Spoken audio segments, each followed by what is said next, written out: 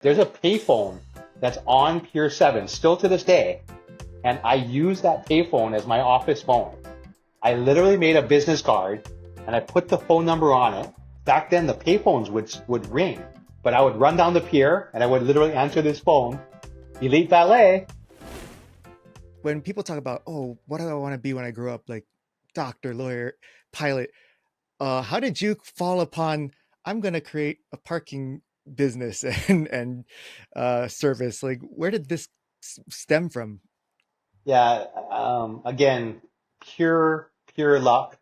My dad has always had his own CPA firm, accounting firm, Hmm. and one of his clients was a restaurant called Philip Paulo's Restaurant. It Okay. used to be on Veritania, right where the Shinuan church is kind of now. Okay. Yeah. Yeah. Yeah. It was like a little Italian restaurant in a house. Anyway, in my junior year in high school, my dad got me a job there as a valet. So I was still Hmm. going into high school. I would go there, work in the evenings, and then, come back home. I grew up in Hawaii Kai. So by working at Philip Paulo's, um, which was an amazing job, there used to be a customer that came in very regularly, and his name was Rick Jordan. Mr. Jordan owned a restaurant on Pier 7 by Aloha Tower, and that restaurant was called Coaster's Restaurant. At the Hmm. time, Aloha Tower was not built out the way it is now, like where Yeah. there's, retail shops and stuff. In fact, where the retail shops and stuff were was just a huge shed with parking. It was filthy. But he owned Wow. I a can imagine. little restaurant on the water on the backside of the Hawaii Maritime Center on Pier Oh, 7. wow. Anyway, he's the one that came to me and said, Ryan, I just think I love your service. Every time you hear, you're an amazing first and last impression. Another way I learned that from the beginning. Mm. Um, can you please come work at my restaurant? And I said, oh, wow, I'm flattered, Mr. Jordan, but I did some research and stuff. I was probably making about 85 to 100 bucks a night at Filipalos, which 30 years ago was huge money. It's still good today. Yeah. Yeah. Um, and then his guys were making like 30 or 40 bucks. And so I Oh. came back and I told Mr. Jordan, I said, hey, I'm so flattered, Mr. Jordan, but I was honest with them. I said, I make 85 bucks a night on average. Your guys, after my research, are making like 40 bucks. It just doesn't make any sense for me to, you know what I mean? And he's the Right. one that said, Ryan, start your own business. I'll be your first client. So And complete you're still luck. a junior in high school at this time? No, by that time, I just graduated high school and Oh, I literally just graduated. And wow. I knew that I did not want to go to college because I was never a horrible student, but I didn't want to waste my parents' money. My heart wasn't in Uh, college. So of course I go back to my dad and he goes, well, you're not doing anything anyway. You're not going to go to college. You know what I mean? Like whatever. So he goes, why don't you try it? Again, I just graduated. I think I was yeah. maybe close to 19 years old at that point. After researching and everything, the insurance for the type of business we're in is very expensive. So Yeah. I even then when he started to try to pencil it out, I had to come back to Mr. Jordan again and tell him, Mr. Jordan, it just doesn't make any sense. Like if I worked every shift myself and took all my tips and tried to pay it to the insurance, I would barely, in my estimation, make it. And then Yeah. even then, he said, Ryan, I'll pay for the insurance. Like how crazy, Wow. right? Like so he paid for the insurance. I mean, yeah, I left. I started Elite. It was just called Elite Valet, and Hmm. then I started that. You know, Crazy. yeah, and it was a crazy story because there's a payphone that's on Pier 7 still to this day, and Hmm. I use that payphone as my office phone. I No literally way. made a business card and I put the phone number on it because I spent so much time there. I worked all my shifts, every day lunch and every day dinner myself, 7 days a week. Back then, the payphones would ring if you called it. I don't know if they still do that now or if there are even as many payphones. But I would run down the pier and I would literally answer this phone, Elite Valet. And the funny thing is that payphone number, and I remember it, Nolan, like it's ingrained in my head, 538-9367. That was the Huh. number. And I put it on my business card and it would look like I have a downtown office. So it would appear, I wasn't trying to fool anybody, you know what I Right, mean? right. But that's what the appearance, I was told later. I said, Yeah. oh, we called you because we thought you were like legit, 538 is downtown. Like we figured you must have a big office downtown. And people knew I was answering a payphone. that was how I started. It wasn't even my own idea. And I was extremely lucky, through many phases of my career, extremely lucky. But I do think it all connects back to, working hard and doing the best thing you can, and just really realizing, even in that valet position, I've always thought of it different, Nolan. Like, I've never been a parking company. We've always Hmm. been a hospitality company first. Yeah. Parking just happens to be something that we do. But at Yeah. the end of the day, we're the first and last impression of whatever organization, whether it's a hospital, hotel, private function, restaurant, we understand that we're the first and last impression. You're talking about how, the reason why it got the attention of this Mr. Jordan was your your hospitality and customer service. Mm, And I was curious, where did you learn those skills? Because I gotta imagine, like, your dad's a CPA, there's not like a lot of customer service to glean off of. Like, where did yeah. you, was it something that just naturally came, or did you observe through somebody else, or get taught that? I mean, I think it stems 100% from my mom. I mean, my mom, she has really bad dementia now, so I wish we could do an interview with her, or Mm, introduce you to her. yeah. But she was just the kindest person ever, just so thoughtful, always just a step ahead, just even more than just an average thoughtful person. Hmm. And I think being able to be around that all my life, and then just she was such a bubbly personality, talkative. I think that was my major first influence. And then my next biggest influence is during high school, before that Philip Paulo's valet job, my uncle and auntie owned the Hawaii Kai 76 gas station. And Right. that was my very first job. I started that in the end of my freshman year in high school. And they were very strict, and Right. they really taught us to, one, make use of our time. And then that, yeah, as much as we were just pumping gas, that we were the impression, I mean, we were the spokespeople, the whatever for the gas station. And if people were welcomed, just pumping gas on that element, they were more likely to use them for, the shop, the oil changes, and Yeah. other auxiliary things. So the gas station job had a profound effect on me. Very soon after starting there, my uncle made me the weekend manager. And I think that's where the first lessons came for me. When I when I think back upon it, I was 16 years old, right? I Hmm. now have the alarm code, so there's a responsibility for the thing. I now Hmm. have keys for the drops for the money, and I was responsible for making drops to the bank. But most importantly, I had to manage a crew. And now you're 16 years old trying to Yeah. manage 20 something year olds, in some case, somebody in your 30. You have to figure that out. And I figured out the best way to do it is to lead by example. And so that's Mm, where I learned, if you want to ask somebody to do something, don't ask them to do something that you wouldn't do yourself. And better hmm. yet, get out there and do it with them. So Yeah. that was, where your initial question was the hospitality, or like Hmm. the customer service. So I think it stems from my mom. And I was, again, very fortunate to have the gas station and great mentors, um, to show us the way. By the way, their name is Mike and Val Ishii. Super people. They no longer own the Hawaii Kai gas station, but through their daughter, they own the Aina 76 still. Oh, Yeah, wow. yeah, yeah. That's so So now cool. their daughter Jennifer runs that gas station. Wow. Yeah. But I'm very grateful to them. Very grateful to them.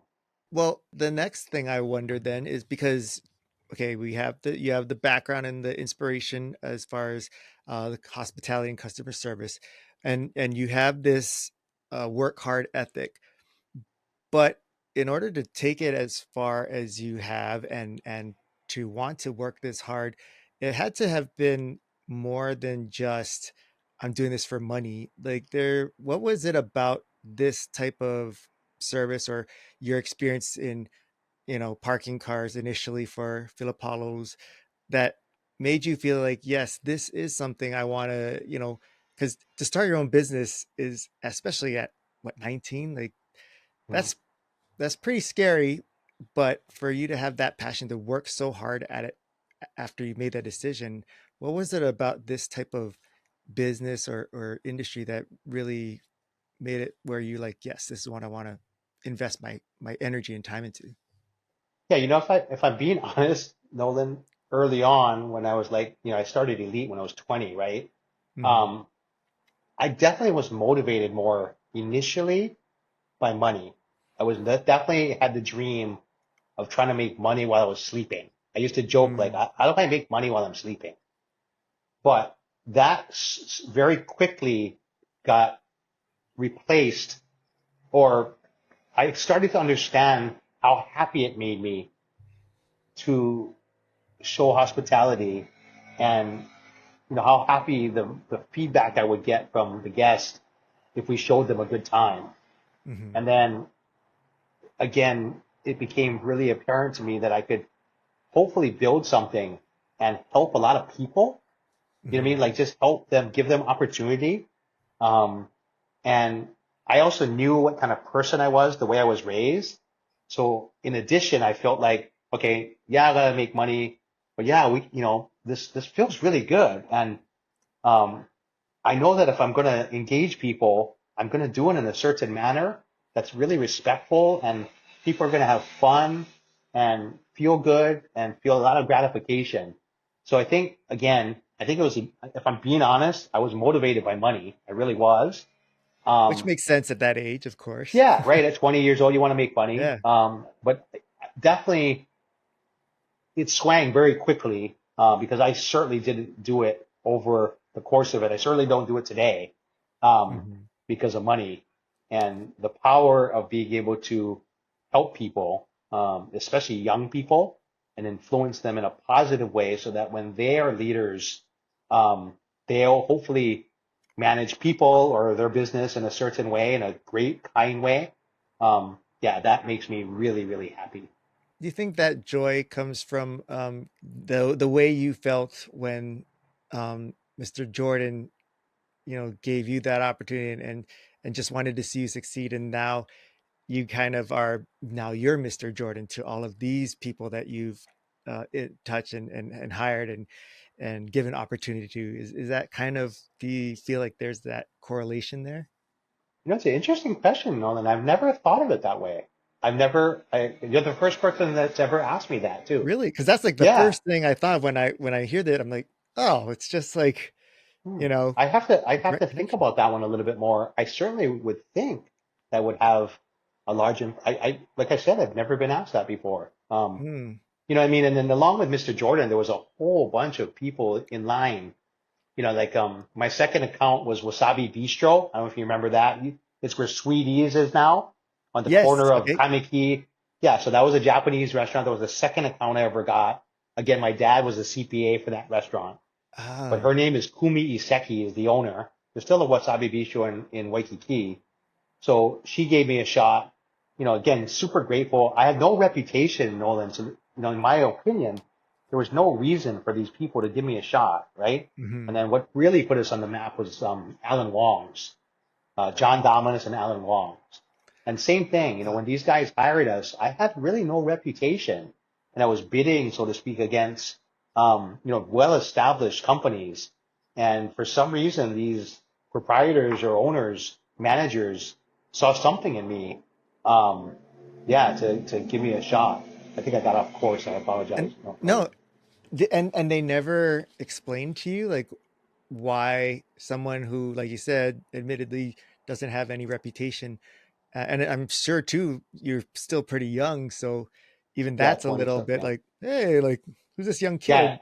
yeah. For them In to, that those hindsight, are high reputable, yeah. places, right?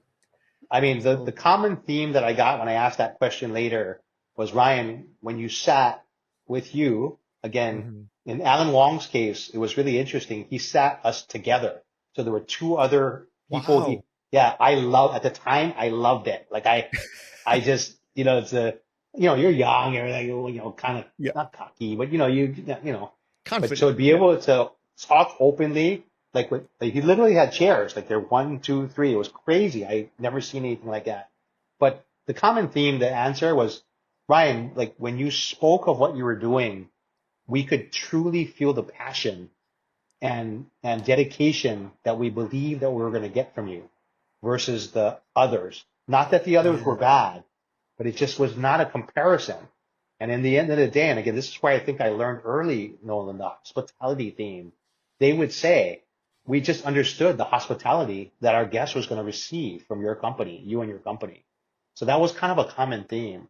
Yeah. Um, and to this day, like if Elite has the opportunity to put in a proposal and it's just a written proposal, today, because we have such a reputation, we have a really good shot. But there was a time building Elite where my close rate, so to speak, like if it was Hmm. just a written proposal versus Yeah. a proposal and interview, Hmm. if we interview Nolan, done, we Yeah. got it, right? It was just because, again, I think people can feel that energy. I hope so anyway. I've Yeah. been told it's infectious, Hmm. you know what I mean, or whatever it may be. I Again, these are agree. what, I'm not trying to say that about myself. That's what people say. Right. Right. Um, yeah, and so yeah, it was just I think they just gave me a chance because I think they felt that energy, and I'm so grateful, so grateful. When you were doing these pitches and such, or meetings rather, I mean, did you have any training or background in how to how to handle a meeting like that, or was it just sheerly out of your instinct of, hey, this is what I feel, this is what I want to do, and this is who I am? So like for me, they say entrepreneurs sometimes can bring themselves to failure because they think they're good at everything. And I don't know Uh, why, Nolan, but I've always known what my strengths and weaknesses are. And hmm. I've never tried to kid myself. Like I'm not good at that many things. I'm not like seriously, I really am not. Everybody thinks I say that I'm humble today. But so to your question, like again, I think I've always learned to just tell the truth. Like if I didn't know Mhm. something, I would just say, shoot, man, I just don't have a lot of experience in that. That doesn't mean I can't learn it. But I'd be lying to you if I said, oh yeah, I knew so much about whatever you're asking me, you know? And then I just think again through actions. I'm just a firm believer, even way back then, that your actions are bigger than words. Like I said, my Mhm. first job, right? I Yeah. had to manage the people. I learned that you got to lead by example. So, no, I never had, I didn't know anything. I didn't claim to, but I think Uh-huh. that was my strength was that I didn't claim to. I was honest. And then even back then, Nolan, like even to this day, I wear my heart on my sleeve. You'll know where you stand with me or not. You'll know if we resonate or not. And that doesn't mean Mhm. you're a bad person if we don't. But it's Right. very easy to read me. It's not like I'm a man of mystery. Like you know what I mean? Like you know. But so I think it was more to answer directly, Yeah. instinctual but Yeah. honest.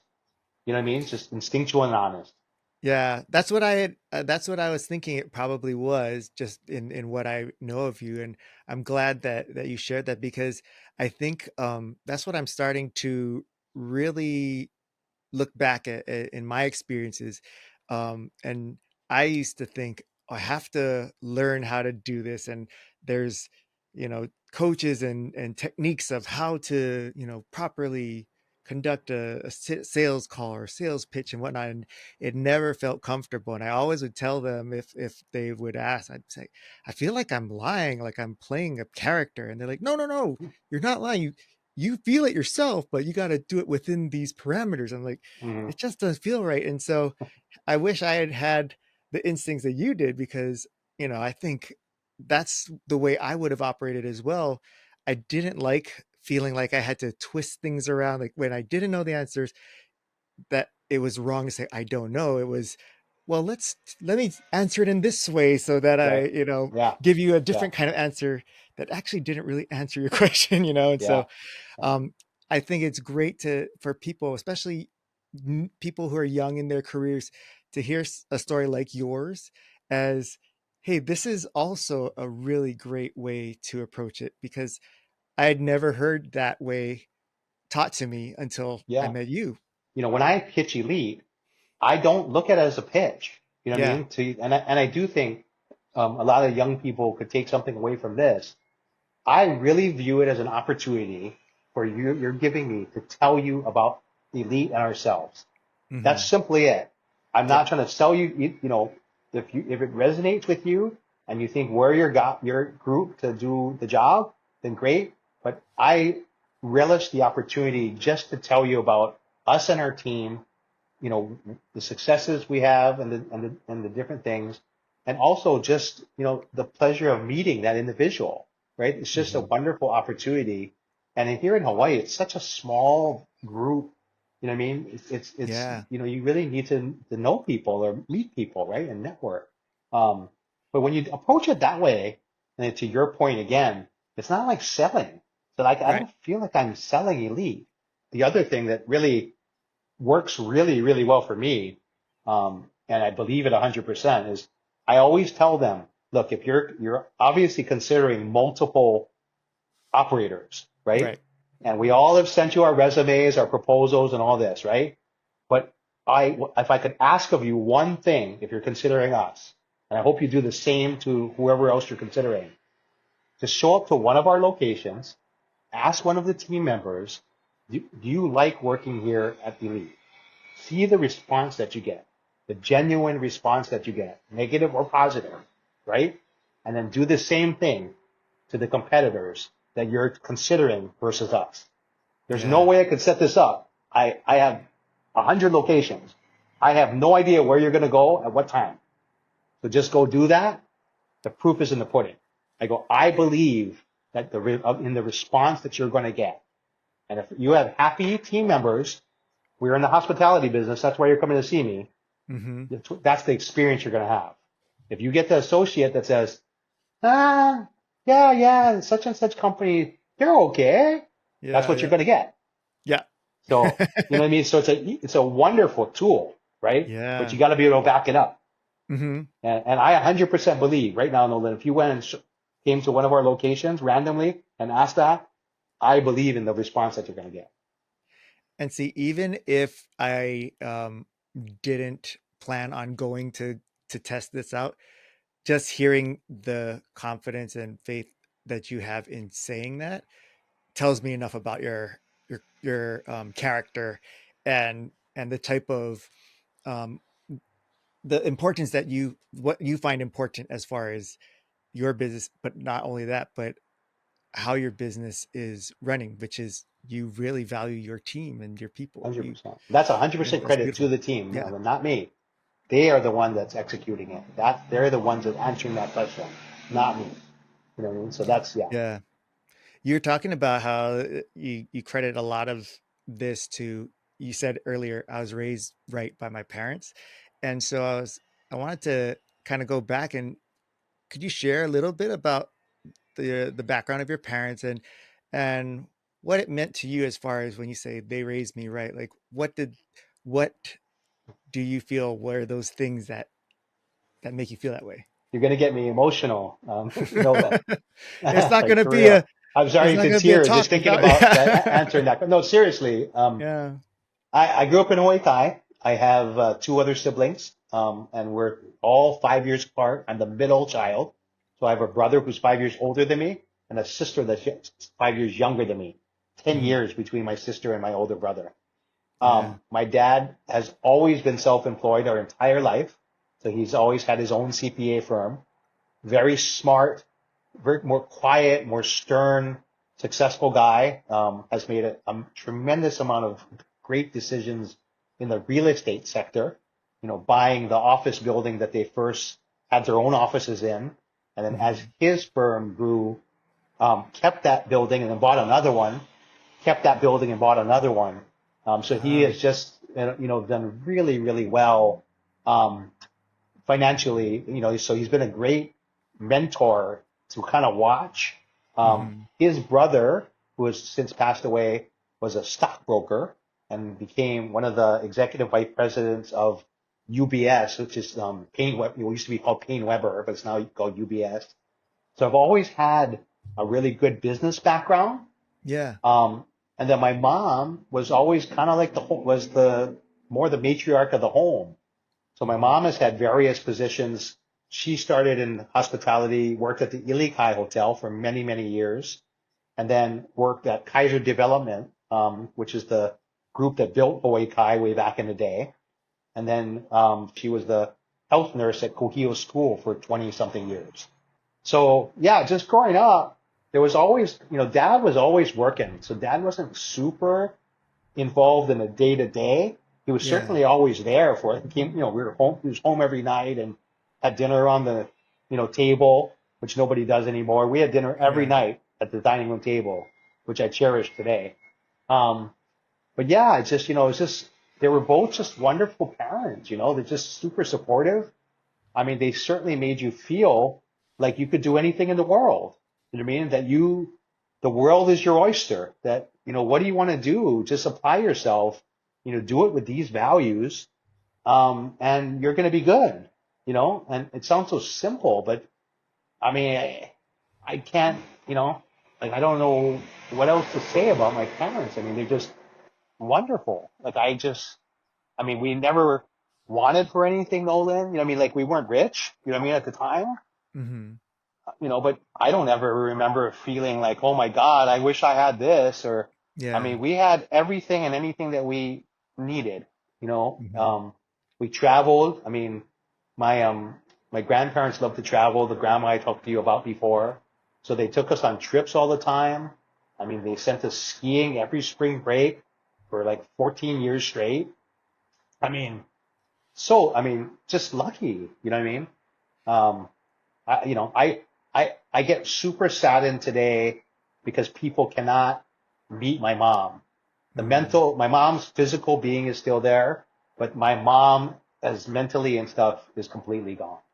Yeah. And just one of the most amazing human beings that you'd ever meet in your entire life. Like seriously. If you don't mind me asking, do you have kind of, I know there's probably thousands, but is there a childhood memory with your mom that kind of sticks out that you still kind of think back to from time to time as an adult? Yeah, I mean, my mom was so supportive of me. So I've been an entrepreneur for like ever. My brother used to have a part-time job at the Hawaii Kai golf course as a cart boy, Uh-huh. and so I also golfed for Kaiser when I was at Kaiser. But Oh. anyway, I used to play in this junior golf program at Hawaii Kai Golf Course, which has a wonderful junior golf program even today. And anyway, my mom was so supportive of me. Um, in Hawaii Kai Golf Course, like where the course is, both on the small course and the big course, it's kind of set along a mountain and stuff. So she Mhm. would literally take me, and I would going into the mountains, and I would collect balls, like people where they would hit the balls out of bounds. But of course, I would Yeah. try to get the ones that were still in wonderful shape. And Hmm. then on the I think it was the 11th hole, which comes right along by, as you're going down to Sandy Beach, Uh-huh. from Kalama Valley into, I would literally set up as people came to that hole, I would set up like a little display thing and I would sell the balls. But you asked about how the memories of my mom, Yeah. just like the earliest memories, she was so supportive. Like, you know what I mean? Of stuff, like she'd take me up there. She'd help me go get the balls. She'd come back and pick me up. Then on the weekends, she would take me to go drop me off to go, sell the balls. But of course, when she did that, she would drop me off with a jug of water and a lunch. I mean, Oh, it was incredible. You know what I'm saying? Like, how do you get that? You know what I mean? Like, and so it's stuff yeah. like that. I mean, just like I said, I try not to get emotional about it, you know. And then, she's had dementia, Nolan, for almost 10 years, and she got it very Wow. young. She's only 78. She started getting it when she was Oh my 68. goodness. And it makes me sad because, she would be so proud, Nolan. She would be so Mm. proud of, what Elite does, why we do it, how we do it. I know in her soul she still knows it, Nolan, Yeah. but yeah, she would just be so proud.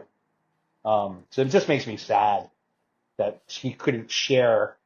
Because I remember too, before she started to get the dementia, she was already so proud. She used to go around telling people, "Oh, my son is the elite parking." You know what I mean? Oh, and he could just tell us she said it so pridefully. You know what I mean? Yeah. Not from a, not from a money, oh, he's making a lot of money standpoint. Just, they built the business and they do so much for the community. Doing honest Anyway, work. Yeah. yeah, yeah. Sorry. I just, No, no. Thanks for going down the memory lane because no, it's I when we beautiful. talked Thanks for asking. before, I just was like, man, I'm so fascinated by, your mom because I could tell she meant so much to you. And I think you're saying like you're so lucky that you had someone like your parents that you got born into that family. And what I'm also very impressed by is when you hear of kids who have maybe sometimes that can be something where they take it for granted and they become very privileged Entitled. or Yeah. yeah, Yeah. and you're not anything like that. And Oh God. I Yeah. just don't know how you guys how your parents balanced it so well that it came out the way it did. It's that's why I just love hearing more about it, because I think it would be great to have more parents like that and more Me kids that come too. out like you Yeah. know. Yeah. So we just try to do the same thing for our parents, right? And then the Hmm. grandmother that you know of, that's my mom's mom. So it makes sense, right? Oh Yeah. yeah. Yeah. Was your grandmother like very much like personality wise like your mom too, with that bubbly Yeah. I mean, my personality? grandma was more quiet, but Oh, my okay. dad's offices were always in Kaimuki. The buildings Hmm. are in Kaimuki. And so my mom grew up in Palolo, kind of right where that Jesus is coming home, Yeah. right by McDonald's. And Yep. so for elementary school, my parents would drop me off at my grandma's house in the morning. Grandma would walk us to school every day, or at least me, and then pick me up every day, walk me back to the house. So I spent a lot of time with my grandmother when I was Mm. little, like super little. And I just have, even that, I have fond memories. I mean, my grandma, she would cut a papaya in half, and I Hmm. didn't really like to eat the papaya then, but she got smart to put a scoop of vanilla ice cream in the Whoa. papaya, off the chart, Nolan. Try it. I've never So, heard that. That sounds amazing. oh, it's just, Because I love I, papaya too, so it's like yeah, yeah. you're just Well, I making love it papaya better. Better. Yeah. today, but try with a scoop of ice cream in there. Good stuff, Nolan. We're very similar because when I grew up, we had papaya a lot, and I hated it. Just the smell of it, I was like, "Oh, like why would you Yeah, eat that?" same thing. And now I eat. I'm Yeah. like, "This is amazing. Why was I so Oh, against it?" other than mango, papaya is my favorite fruit, I think. I mean, Yeah. yeah, yeah, yeah. But no, grandma spent a lot of time and then just, yeah, over the years became very close. Grandma was really into traveling. So she was Hmm. kind of who I asked, like, hey, grandma, have you ever been to the pyramids? And she had, you know what I mean? And she'd tell me about them. So my mom was super well traveled. They traveled a lot and Oh, so took my even mom back then. oh, my mom has gone everywhere in Wow. the world, like way more than us, more than me. Yeah, So super well have traveled. they passed that down to you, or you love to travel as well? Oh, that for me, the number one passion for me is traveling. I Oh, okay. travel. I go on a trip about once every 6 weeks, Nolan, Holy and smokes! I'm going for leisure. I'm not going for work. Wow. Yeah, there's short trips. I usually go on short. Very rarely do I go on a trip more than a week. But Hmm. I travel a lot. Yeah, How do you determine where you're gonna go, and do you do a lot of? Are you those type of travelers that do a lot of research before, so you know when you get there, this is what I'm doing, or are you the type that's like, let me just soak it in and experience it? I'm more that. Okay. But one, I'm driven. You and I are both Chinese, Nolan. I'm driven by price. So Yeah, I yeah, go where the price dictates me, a lot of times. And then, yeah. yeah, I do a little research just because I don't want to completely waste my time, but I Right. don't go crazy into it. I'm more, okay, what's high level that I know I want to make sure that I see or experience? And then Hmm. I just kind of go with the flow. So, are both your parents Chinese, or? So my dad is pure Chinese. Hmm. My mom is adopted. So we Oh. believe that my mom is half Portuguese, half Chinese, even though my grandparents on my mom's side, pure Chinese. So Oh, all of my wow. grandparents, and I have none left though, were all pure Chinese. Wow. Interesting, right? So you have a little Portuguese blood in Yeah, you so that's then. where I have a little more fairness, and then I have really light eyes. My mom has Hmm. super light eyes. My sister's eyes are even lighter than mine. Only my older brother didn't pull. He looks a lot more Asian. He has Hmm. dark black eyes. But yeah, my mom was adopted, and my mom's parents, my grandmother, the one I talk about, and Yeah. grandfather, were just such wonderful parents. My mom never had the desire to find out who her biological parents are. And she felt like I think at the time it might hurt her Hmm. parents, my grandma them. And so Yeah. we, to this day, when we get asked some health things, we're not Yeah. able to completely answer, Hmm. because we don't know the true lineage of my mom. But yeah, Yeah. and then my grandfather was for a Chinese guy. I mean, Hmm. he was 6'2", like Oh, wow. 225 pounds. He was a maximum security prison guard for his entire life. Oh, Yeah, wow. big That is. Chinese dude, nicest, most soft spoken. Yeah, Did your grandfather ever tell you any stories from work? he never. Of course, as a kid, right? You ask him all kinds of Yeah. stuff. Nope. Oh, He wow. rarely talked about work. Yeah, at all. And then each of myself and my brother, how we got our first cars is my grandfather would, when he wanted to buy himself a new car, we got the hand-me-down Oh, car. So my brother first got one, and then my grandfather got a new car, and then me, and then my grandfather got a new car. The only one that has ever gotten a new car, brand new, from my dad was my sister. of So course, right? on her 16th birthday, my sister got a brand new Honda Civic, big red Wow. bow in the driveway. Yeah, I'm not bitter about that or anything, No, Nolan. no, of course not. No, I joke to people. I'm very bitter about it. Do you at least, I mean, of course, not seriously, but do you kind of have an idea of why she got that versus, Well, she's the youngest and she's the yeah, only girl. I mean, okay. my sister Nicole is my dad's baby. If we Mm, travel, Nolan, we go shopping. If Nicole touched it, yeah. do you want it? He'll buy it. Oh my God. And now, because my sister them live above my dad, we rebuilt our family house. Uh-huh. I have one youngest niece. Her name is Brooke, and that's my dad's baby now. So she might have superseded Nicole. Like he'll Yeah. do anything for Brooke. Yeah. But no, I think it was his only girl, Nolan, and Yeah. and that's the baby, you know. She didn't give him any headaches or problems, I'm assuming too, Ah, right? man, So we it's were like, all super good kids, and then mhm, because we're 5 years apart, I don't yeah. remember for the life of me ever really fighting with my siblings. Like my Wow, brother that's Scott was, yeah, because if you look at conceptually, he graduates high school. There's a 1 year mhm, gap, and then I come in. I yeah. graduate high school. There's a 1 year gap, and Nicole comes in. We never were into each other's stuff, especially Nicole and Scott, my sister and brother, Yeah. because they're 10 years apart. Um, and then we're really lucky today. We count our blessings because, we try to help my dad take care of my mom. Mhm. And the fact that there's three of us, so one of us every single day brings dinner to my parents. Oh. I do 3 days a week and I go there on Sunday also, Sunday lunch. But the Mhm. fact that we have three of us to lean on, we're super grateful for because some people only have Yeah. one person, right? I mean, Mhm. that one kid is trying to support their parents and it's just them. Yeah, or there's siblings that don't hold Yeah, their own weight and they they're just not engaged. burden Yeah, it on just one we're, person, right? we're wonderful. And none of us fight about money, Nolan. Like we don't, What kind of Chinese family are you? This is the you had supportive parents, and then you have ones that don't fight about money. Like, who are you guys? we're just, again, just lucky. Yeah. I mean, super lucky.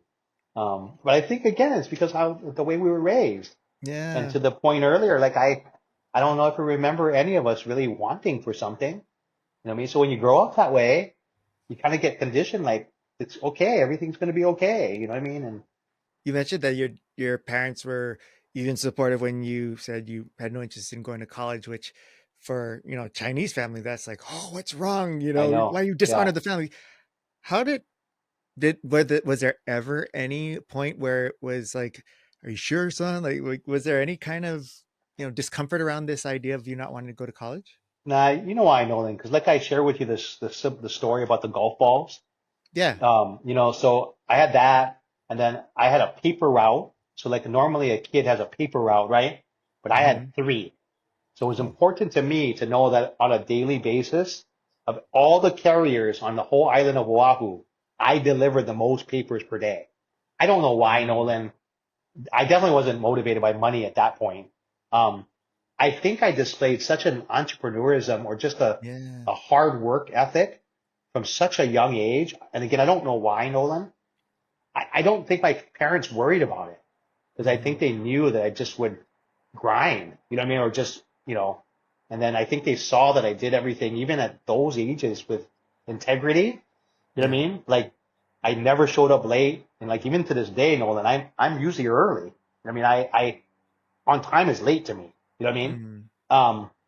Mm. So, yeah, no, I didn't get any friction whatsoever. Um, and I think in my case, I think it was the right choice. I think I Yeah. would have wasted next X number of years had I tried to go to college.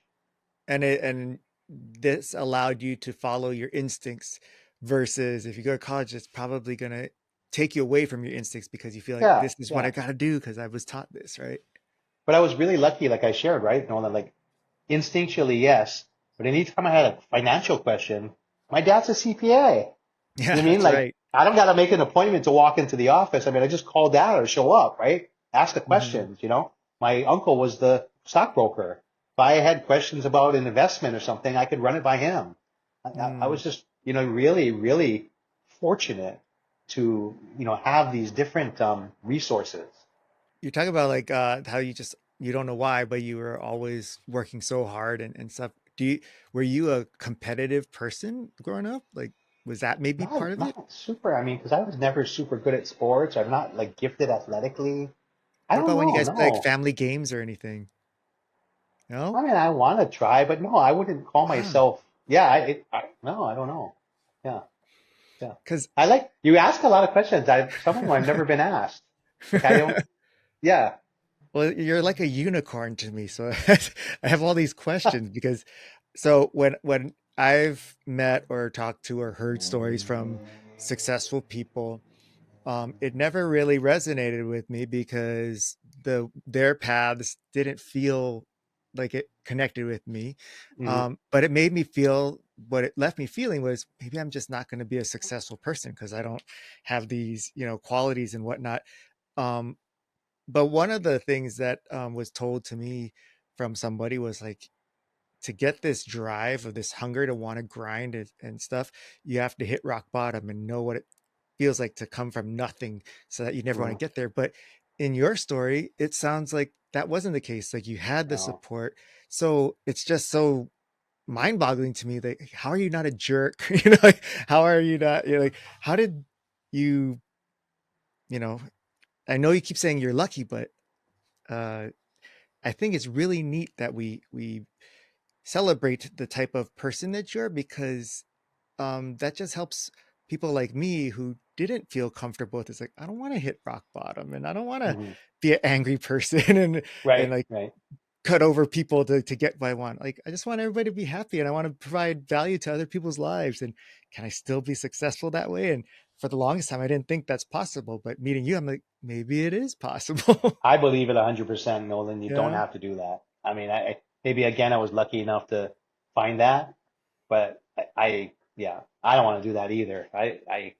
There's no fun, man, in clawing or stepping over someone or me and you are so similar, Nolan. I just want to be happy. I want to surround myself with that same type of people. I'm at a stage of my career for sure, and I'm grateful again to have that choice. But yeah, I do not want to work or be around jerks or what I mean. I don't have the energy or time. Life Yeah. is too short. You know what I mean? I Hmm. have I have less runway in front of me than I have. I have more behind me, unfortunately. So you start to take stock of how you want to use that runway. You know? Yeah. When you look at how much you love traveling and such, and how much your business has grown, I'm curious, have you ever or did you ever have a desire to expand business to, outside of Hawaii? Like, Yeah, I certainly had the opportunity to take it outside of Hawaii, but I think it's actually the opposite. The reason I didn't do it was I thought it would dilute my travel. Because you could take a parking company and put it in Las Vegas. It's the yeah. same concept. But I was always afraid that it would dilute the thing that I enjoy doing, my one outlet. You know what I Mm, mean? So outer island for sure, because we're on the outer islands. But hmm. that's easy. I can make a day trip, a couple days, right, to Maui, Yeah. to the Big Island to see my team. Um, but yeah, I think I've never taken it to the mainland. One, because I never wanted to dilute something that I really enjoy or make it work. And then Hmm. two, we've been so fortunate with Elite over the 30 years, Nolan. We've had so much to do here in the state of Hawaii. I've never had or had to think that way. You know what I mean? Yeah. Um, we were always just chasing in a good way here. You know what I mean? Getting a new account I mean, this is year 33 for me, Nolan. And, late last year in 23, we picked up the Kaiser, hospitals account. And Hmm. again, I have so little to do with the everyday things of Elite today. So that's all credit to the team. I did not have a high level relationship with Kaiser. I certainly have a nice high level relationship with like Queens and Hawaii Pacific Health, so that plays into it. But I'm at awe still today of how Elite is still growing. We assembled such a young leadership team. The average age is like 35 of my executive team, and that Wow. was purposely done. So, I talk about the tread that I have right in front. Yeah. They have so much tread, and the values are so, it's ingrained in them. I I think Elite has another 30 years plus future, if not more. Like it's exciting, super It's so exciting. it's so interesting that you're investing so much in younger talent, because the thing we always hear from business owners and stuff is like, the young generation, they're so lazy, and there's not like how it used to be. Like, all I hear are negatives, and here you are like, oh, it's great, man, we got our whole team is young, Yeah, and well, they're they're more in the middle now. They started with me like that. So most of them oh, okay. started in the 20s. Most of them started as a valet or a clerk or Hmm. some sort. So they're not in that pocket because we certainly have a lot of team members that are in that pocket and they Yeah. have that attitude. It's a different workforce. But luckily for me, they're a little bit, my dream for my executives, Nolan, was for them to, if they, by choice, to stay in Hawaii and raise their families, buy a home if they could do that, make a six-figure income, right? Because you got to make Hmm. almost a six-figure income, or at least combined, to Yeah. stay in Hawaii, right? Hmm. And so that was always my dream. And every single one of my executive team members started, in a more entry level position, with the exception of our CFO, and just grew up in Elite. So that's why the culture is so ingrained in them. And then I'm just so proud, of them. Each one of them, every one of them has a home. They bought a home here. They all have kids now. You know what I mean? Younger Hmm. kids, but they're here. They're doing their thing. They're entrenched in it. And like I said, the values are there. They're going to perpetuate supporting the community. We are really positioned, for another 30 years. We really, really are. And again, it's credit to them, and where I think they're going to take the organization. I, I was so happy when we got Kaiser.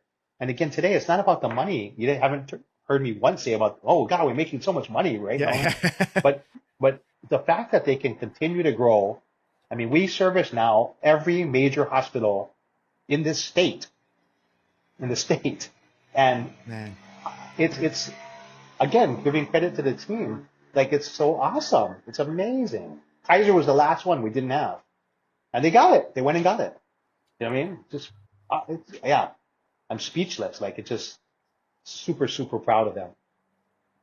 I I love how you just, it's like you're talking like a proud parent, I like, am. yeah, Yeah. you Yeah. can just feel And that. as a parent too, when you see your kid, right, you see them doing this and you see that tread in front and the values are ingrained, right? It's exciting because you're like, as a parent, right? Same thing. We're curious with our kids, like, wow, what are they going to do? I mean, how are they Yeah. going to use this, in a positive way? And then, like I said, they've been around us so much and their Elite's culture is so ingrained in this executive team, this young executive team. It's really, really exciting. I mean, and they're 10 times smarter than me, Nolan. Like, and I mean that. I really mean that. It's not humility. So the fact that they have all these balances and strengths that I didn't have, but still yet have the privilege of these instincts and all these things, or the resource of myself, my business partner Nina, does make for an exciting opportunity. You know what I mean? Yeah. So yeah, keep your eye on Elite. We'll see I don't know what they're going to get into next, but it'll be cool. Do you have how many kids? Two? I have two kids. Do, So do you, I was married at first, when I first started Elite, and I have a 25, 26-year old. His name is Cole. He's currently living in Las Vegas right now. mm, And then I have a 18-year-old daughter who's a senior this year at UH Lab. So Yeah, do either of them have aspirations of going into the family business, or are they complete like I don't even want to think about Elite. I gotta do my own thing. absolutely none whatsoever. My son definitely could do it. My son is Yeah. went to Ilani, he's off the chart, has the people skills, the integrity, and all the other elements like that I don't have, like technology wise, and he Hmm. just hustles just like me. I mean, he's got that from me for sure. Um, and then it's kind of ironic because I got divorced from his mom when he was 4 years old. I did not spend a tremendous amount of time with Cole as a child. Where my daughter, I had a long time girlfriend that I had her with, and I was never married to her mom, but I've had full physical legal custody of my daughter since she was 1 years old. I raised my daughter myself. She spent Wow. all her time with me. But Cole is way more like me. And then my daughter is very artsy. She loves photography, video, drawing, art. She's won a couple of awards for her drawings. One was up at the Hawaii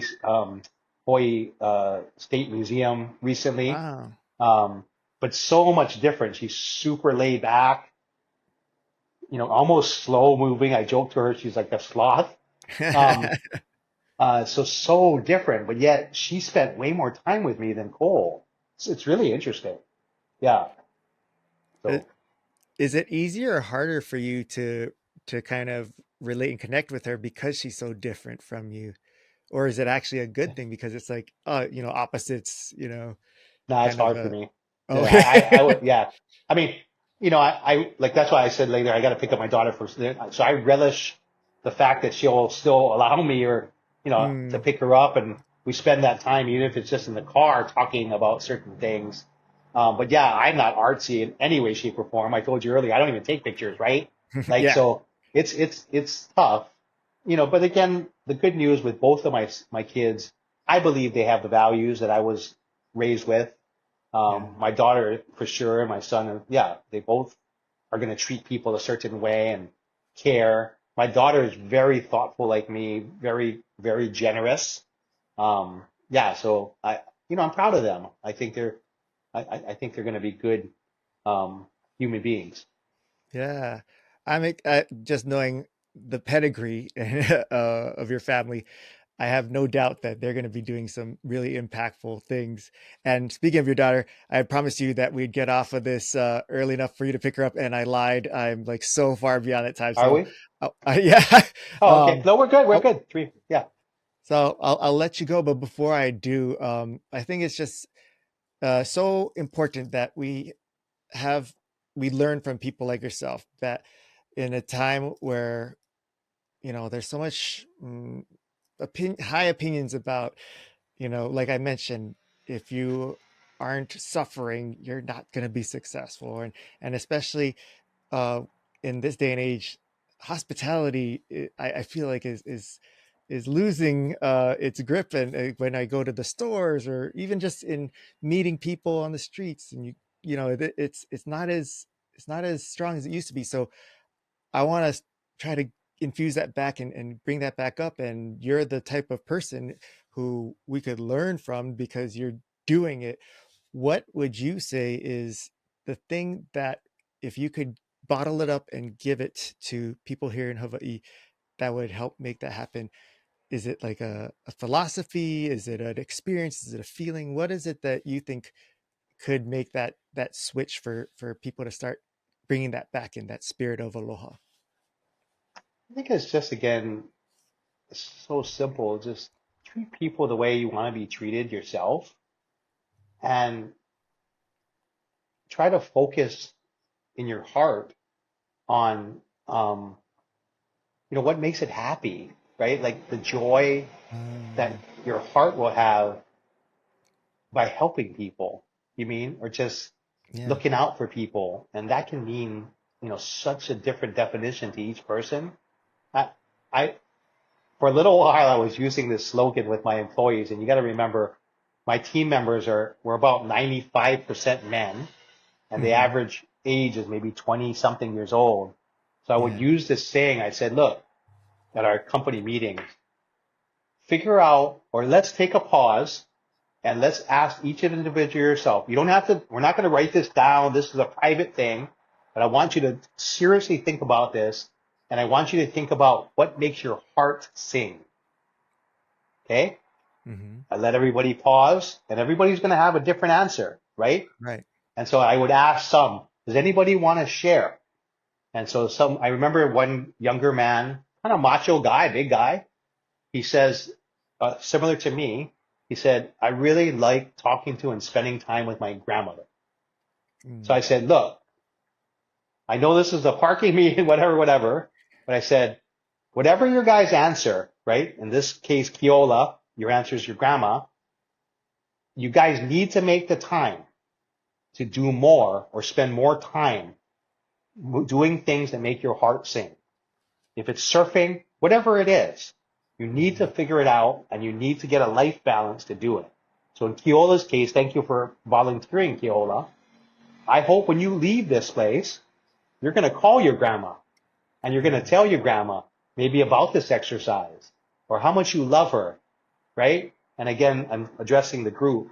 I say as in simplicity, using Keola as an example, do you think the grandma's going to be happy when he calls her out of the blue just to say, I miss you, grandma, I love you? Heck yeah, Yeah. right? That's going to take 2 minutes.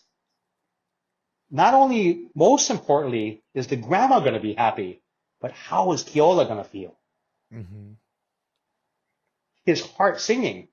He's told me that's what his heart makes his heart sing. Yeah. So your question again, Arlen, to everyone out there, do more of what makes your heart sing. And that's can be different to every single person. It can be Hmm. a selfish thing. It's okay. Yeah. But do what makes your heart sing. It will help you in your everyday life and it will just help you be a happy person. So I know it sounds quirky, but that's No, my not advice. at all.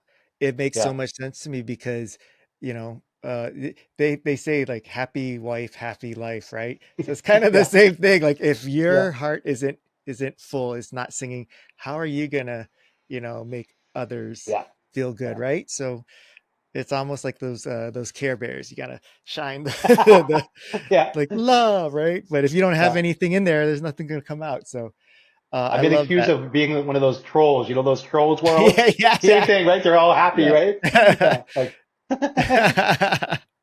Oh, I love that. You're such an awesome guy, and I'm so grateful that you agreed to come and join me on here, and I'm really hopeful that people who hear this will have the same experience that I have, which is, hey, now there's somebody that resonates with me. It doesn't have to be grind until you're hurt and come from a place of sadness or hurt or difficulty. Like you can inspire others to do well by being happy and, as you said, make your heart sing. So this has been awesome for me, and I really thank appreciate you you so much coming for the on. opportunity, Nona. I truly appreciate the opportunity.